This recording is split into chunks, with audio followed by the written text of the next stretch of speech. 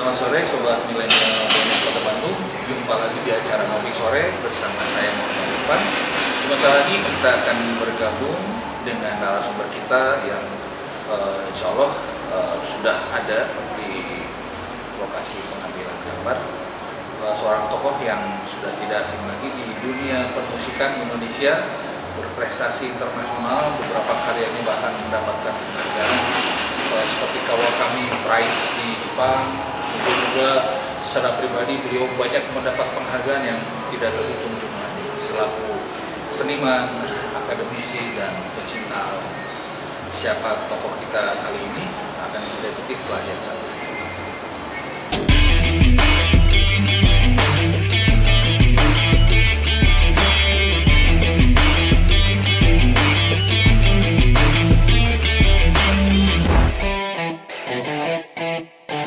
Assalamualaikum warahmatullahi wabarakatuh. Selamat sore Sobat Milenial BNN Kota Bandung. Jumpa lagi di episode terbaru dari Ngopi Sore bersama BNN Kota Bandung. Saya Muhammad Irfan selaku host bersama Kepala BNN Kota Bandung Bapak AKBP Dennis Daniel. Dan sekarang kita sudah menghadirkan narasumber yang sudah melegenda di Indonesia. Siapa narasumber kita akan kita bahas setelah yang satu ini. Sobat Milenial, seperti sudah saya sampaikan di muka tadi bahwa narasumber kita sudah melegenda. Siapakah beliau? Kita langsung saja berkenalan. Mungkin juga sudah tidak perlu berkenalan karena karya-karyanya sudah sangat terkenal, sudah sangat kalau lagu apa Pak namanya evergreen ya? Evergreen. Ada lagu Melati dari Jayagiri, lagu Flamboyan, semua lagu-lagu ngehits pada zamannya dibawakan oleh grup Bimbo juga yang mungkin angkatan yang 80-an masih ingat lagu Bulung Samar yang mendapat Kawakami Award, Kawakami Prize ya. Yeah. Itu di Jepang mendapat penghargaan, dibawakan oleh Mama Ina, Mbak Vina Panduwinata. Itu sangat melegenda juga lagunya sampai sekarang. Kita tapi akan itu sama Kang Aryono, bukan sama ya. Jadi diciptakan oleh Abah Iwan Abdurrahman dan Kang Aryono. Ya, jadi itu sepintas kita akan langsung berkenalan dengan beliau. Assalamualaikum Mbak Iwan. Mungkin ini pertanyaan mewakili viewer dari channel kami. Abah ini dikenal multi talenta, seniman, dosen, akademisi, kemudian juga terkenal pelatih di Kopassus juga mungkin ya. Jadi dulu di Kopassus bisa terjun payung segala macam. Ini satu butuh ketahanan fisik yang luar biasa gitu kan. Jadi selain intelektual yang saya yakin sangat tinggi, itu dibutuhkan ketahanan fisik yang luar biasa. Yang ingin saya tanyakan sebetulnya kalau misalnya dalam bisnis ada core bisnis yang utama. Nah, kalau ini profesi yang paling diutamakan apa ini sebetulnya Abah Iwan? Bisa disampaikan kepada viewer.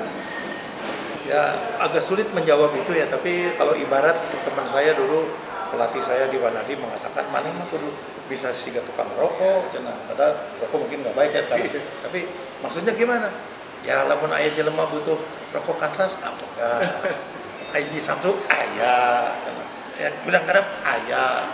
Kira-kira begitulah. Memang kalau dikatakan multi talenta, setiap orang itu punya talenta sebetulnya. Yang kalau dia mau periksa, kalau dia mau asah, barangkali talenta itu bisa diekspresikan supaya ada gunanya untuk orang lain, untuk hidup bersama orang lain. Saya kira itu apa resep, misalnya resep musik, dan memang main musik dari SD kayaknya gitu. Lalu kebetulan dapat inspirasi lagu dari pohon-pohon, dari angin, dari burung. Jadi Melati Jayagiri nyanyi di depan teman-teman, di depan api unggun, rasepen gitu kan. Itu tahun 67, tahun 70 Bimbo wan cenah direkamnya ku akang mangga kan. Itu lagu gunung kan, udah biasa dinyanyikan di kemah-kemah. Begitu Bimbo merekam, wah disantop dah sama orang-orang kampus, kira-kira gitu. Lalu apalagi misalnya tadi sebutkan terjun. Bukan resep-resep yang sebetulnya terjun itu, saya kan Wanadi itu ada dulu tim SAR kita bentuk. Pertama di Indonesia saya kira Wanadi itu dilatih oleh Auri, memang ada 2 orang perwira tinggi Auri yang sekolah SAR di Inggris ngelatih ke Wanadi. Ternyata kalau mau cepat-cepat datang ke tempat kecelakaan gitunya, sok telat wae orang tidak naik gunung kan jauh, keburu maut lah, begini. Jadi kita pikir kita harus secepatnya mungkin, maka belajar. Kudu terjun atau gitu mah. Lalu kita belajar para itu di Batu Jajar dulu, karena pembina kita juga Sarwoedi dulu, seorang tokoh yang sangat dikenal kan, salah satu sesepuh Kopassus. Kami dimasukin ke Batu Jajar, dilatih terjun. Kurang sering terjun, lama-lama jadi resep. Sampai ke terjun bebas dan sebagainya. Itu dari segi terjun. Terus dari segi olahraga gitunya, dari resep naik gunung atau kapaksa kemarin kudu latihan, kemudian bentuk mau naik naik gunung. Itu yang terjadi lah sebetulnya. Jadi bukan multi talent. Semua orang punya multi talent sebetulnya. Mana yang mau dikembangkan tergantung kebutuhan atau situasi lingkungan yang memungkinkan itu tumbuh aja.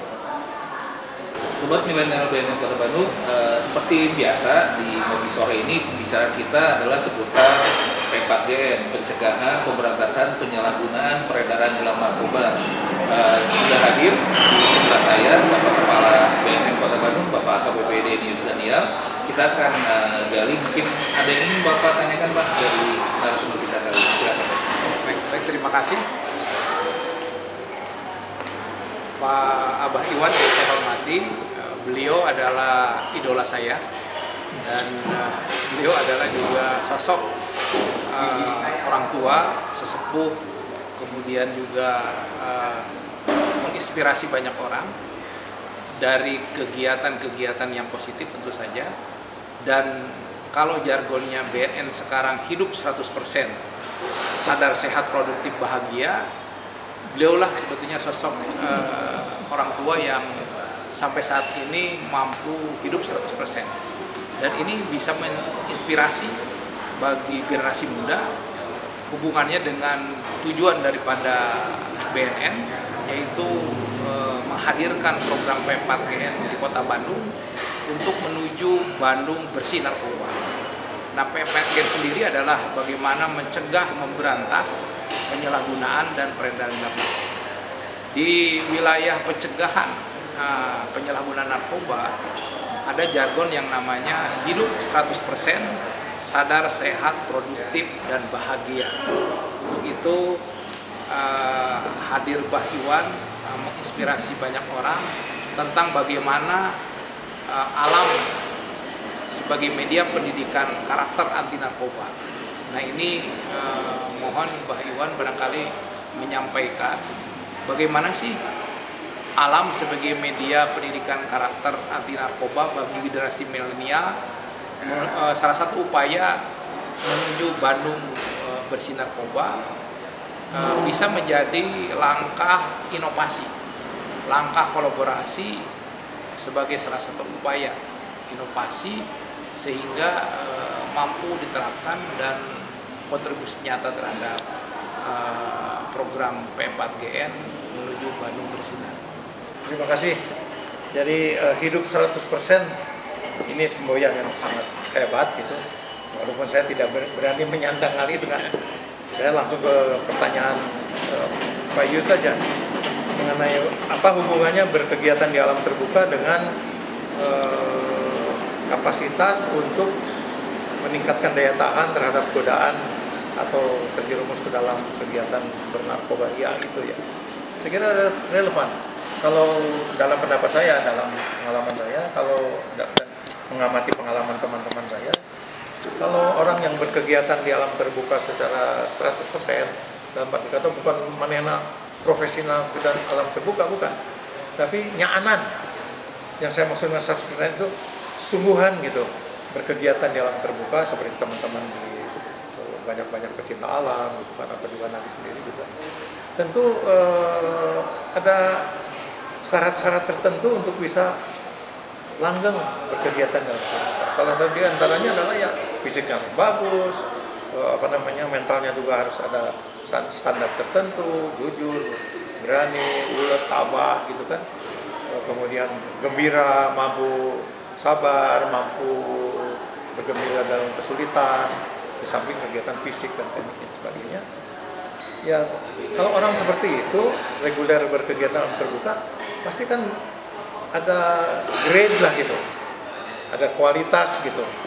paling tidak dalam satu kurun waktu tertentu. Nah, kualitas ini yang menurut saya manjur untuk menangkal urusan-urusan narkoba tadi. Dan jelema sehat, jelema itu pasti ngapain yang gituan. Gua sih mau naik gunung, mendingan olahraga yang bener bari resep itu, gimana leuleus ngaplek atuh. Belum berkepanjangan kecelakaan gitu kan. Nah, kalau kita tahu soal itu, kita punya kemampuan dan punya kegiatan, punya teman-teman yang membantu menunjang dalam kegiatan di alam terbuka. Dan jangan lupa kalau teman di alam terbuka itu teman sejati rata-rata, teman di kala susah dan senang. Jadi nyaanan jadi babaturan deh. Dia pasti mendukung kita dalam keadaan sulit untuk menghadapi berbagai hal dalam hidup ini. Itu catatannya. Sobat Milenial, menarik sekali yang disampaikan oleh Abah Iwan. Yang mungkin juga ingin saya tanyakan, jadi langkah apa sih yang harus dipersiapkan oleh milenial dikala seorang pemula ingin terjun menjadi seorang pecinta alam? Jadi untuk pemula apa yang harus dilakukan, langkah-langkah persiapannya? Ini mungkin juga nanti akan sangat bermanfaat karena generasi milenial zaman sekarang sebetulnya banyak berinteraksi dengan gadget, jadi dengan alam terbuka itu kurang menurut kami. Sedangkan alam terbuka Indonesia ini kan sangat kaya. Taman-taman sekarang bahkan di Kota Bandung sudah banyak dibuka untuk bisa dimanfaatkan lah untuk dari sejak usia dini mengenal alam lewat taman-taman yang tersedia di Kota Bandung. Nah ini saya tanyakan, persiapan apa yang harus dilakukan oleh pemula untuk mulai mengenal kegiatan pecinta alam?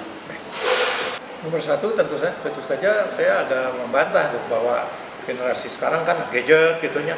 Rek gadget lagi anggar kan bernapas dia.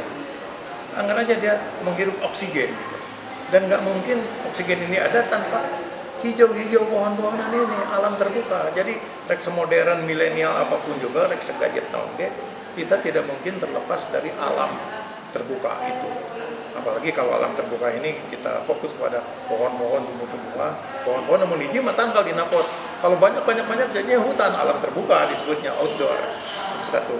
Yang kedua, berbeda. Generasi sekarang ini sebenarnya harusnya lebih beruntung.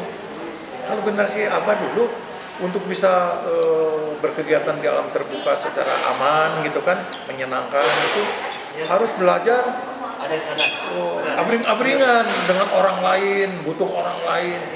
Kalau anak sekarang enggak gitu. Sekarang harus oleh dirinya sendiri. Kan apalagi dengan ada COVID-19 ini kan, sebetulnya itu barokahnya adalah kita harus mampu oleh diri kita sendiri.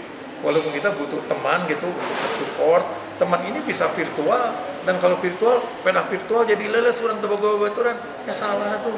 Kalau kau mau menghirup udara oksigen yang bagus di hutan itu bukan dari pot gitu kan, butuh kemampuan fisik. Sok atuh olahraga, tong nungguan batu, olahraga sendiri. Tanya kepada virtualmu itu bagaimana sih cara olahraga untuk seorang anak SD umur sekian supaya tidak overtraining atau tidak undertraining. Nah, udah tahu kan tahu, sok atuh deres ya teh. Nah, Anda itu lebih hebat karena dengan disiplin oleh diri sendiri Anda mencapai grade. Nanti udah terbiasa, baru mau masuk kanadri, mau masuk organisasi apa. Karena kita butuh teman untuk memperkaya dan memperkuat eksistensi kita, hobi kita di bidang alam terbuka. Sehingga bisa naik ke gunung mana. Dan jelema butuh kebetulan. Nggak mungkin tidak.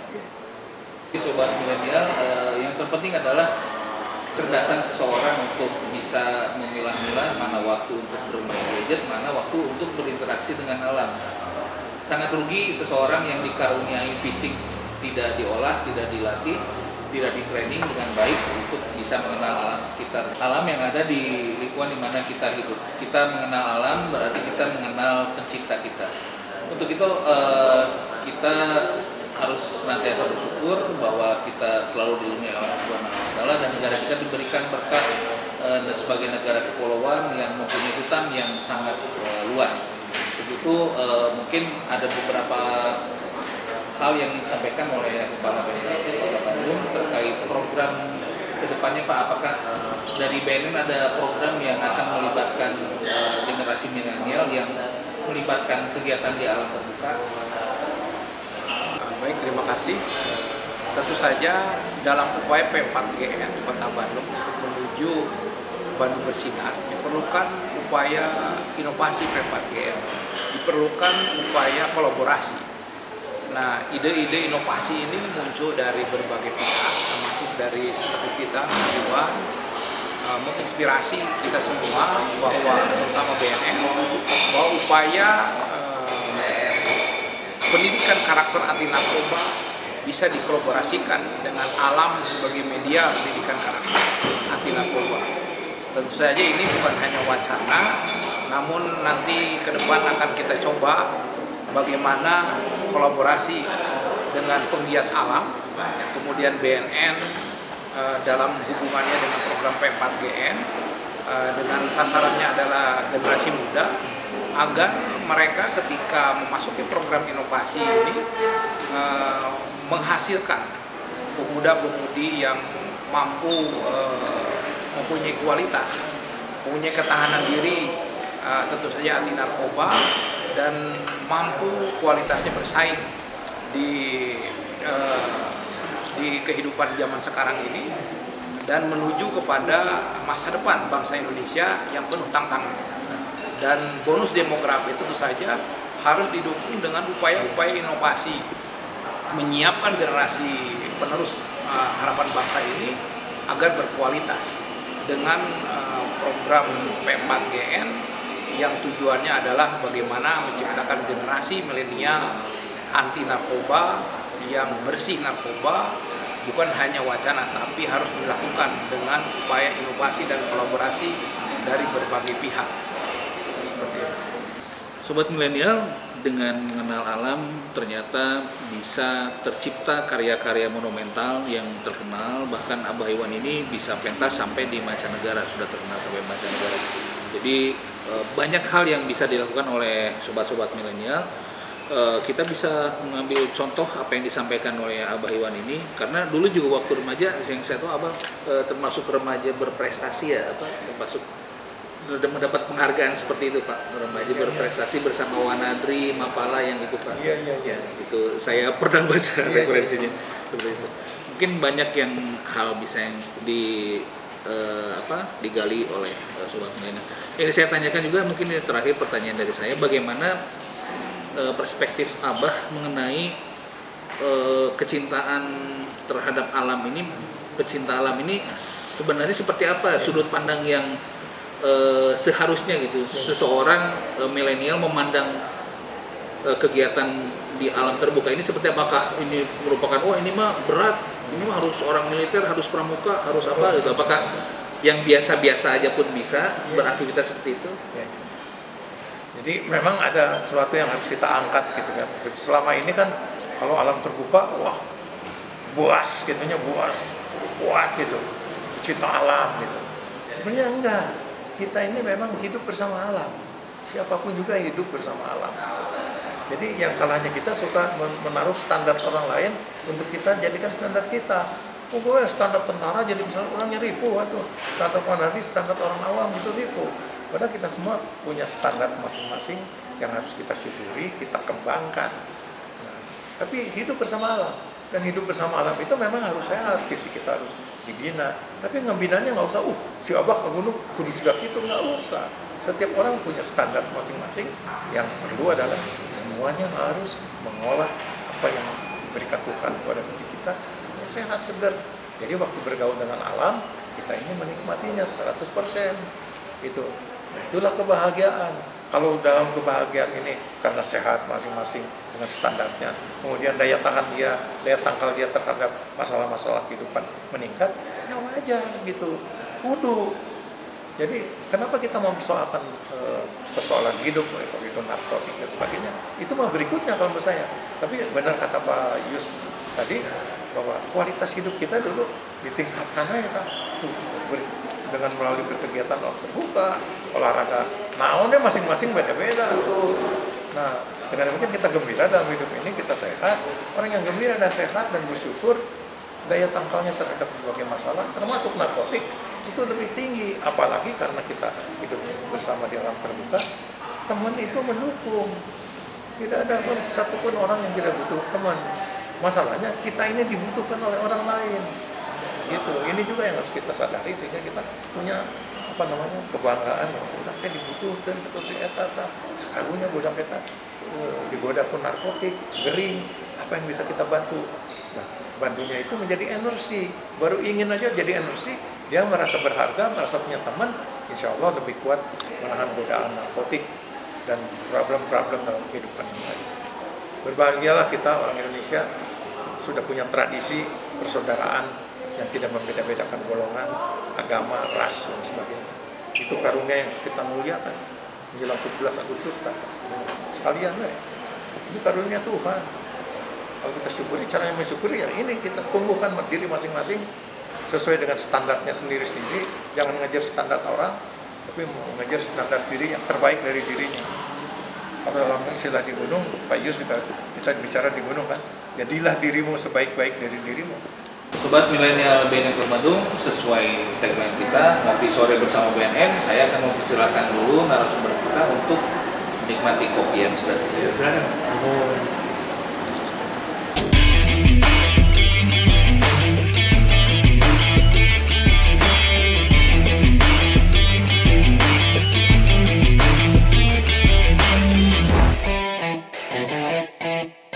Sobat Milenial BNN Kota Bandung, kita tiba di penghujung episode kali ini. Tapi sebelumnya kita akan mendengarkan dulu closing statement dari Kepala BNN Kota Bandung, Bapak AKBP Denny Yusdan. Silakan.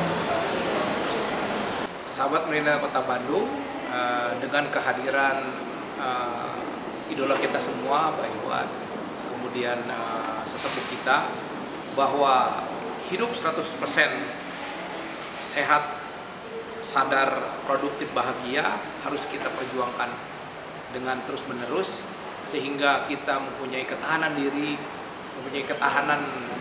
dan keluarga dari bahaya, dari ancaman bahaya peredaran dalam narkoba. Tentu saja itu bukan hal yang mudah, perlu terus dibangun dan terus diperjuangkan sehingga kita menjadi sosok yang tangguh, kuat, kemudian yang punya daya tahan anti narkoba. Sobat Milenial, sekarang kita dengarkan closing statement dari legenda kita, Mbak Iwan Abdurrahman. Jadi sebelumnya saya titip pesan, silakan Sobat Milenial, di YouTube banyak sekali video tentang lagu-lagu Abah Iwan ini, Melati dari Jayagiri, Flamboyan, kemudian dengarkan lagi itu lagu Burung Camar. Saya punya rekaman video sejarah Burung Camar, nanti kita rilis juga di channel ini. Tadi di kesempatan lain Abah Iwan sudah bercerita tentang penciptaan lagu Burung Camar, nanti akan saya tayangkan juga di channel ini. Sekarang kita dengarkan dulu closing statement dari Abah Iwan. Silakan. Ya, jangan lupa lagu Mentari. Nah, Sebab Mentari itu kan hari ini hari milikku, milik kita juga esok masih terkembang. itu. Jadi ini saya terkejut nih, hidup 100%.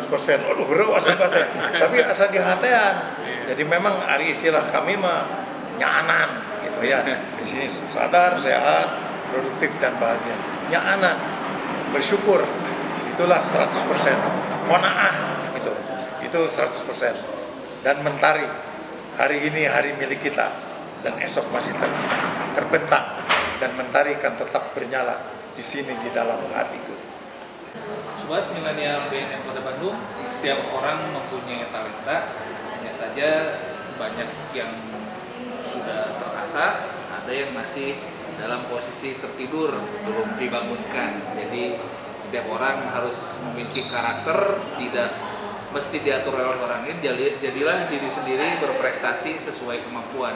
Hidup 100% bukan berarti kita harus seragam 100%, tapi memaksimalkan kehidupan kita masing-masing. Demikian yang bisa kita sampaikan episode kali ini bersama Abah Iwan Abdurrahman dan Bapak AKBP Denny Yusdan. Insya Allah. Assalamualaikum warahmatullahi wabarakatuh. Hidup 100% sadar, sehat, produktif, dan bahagia.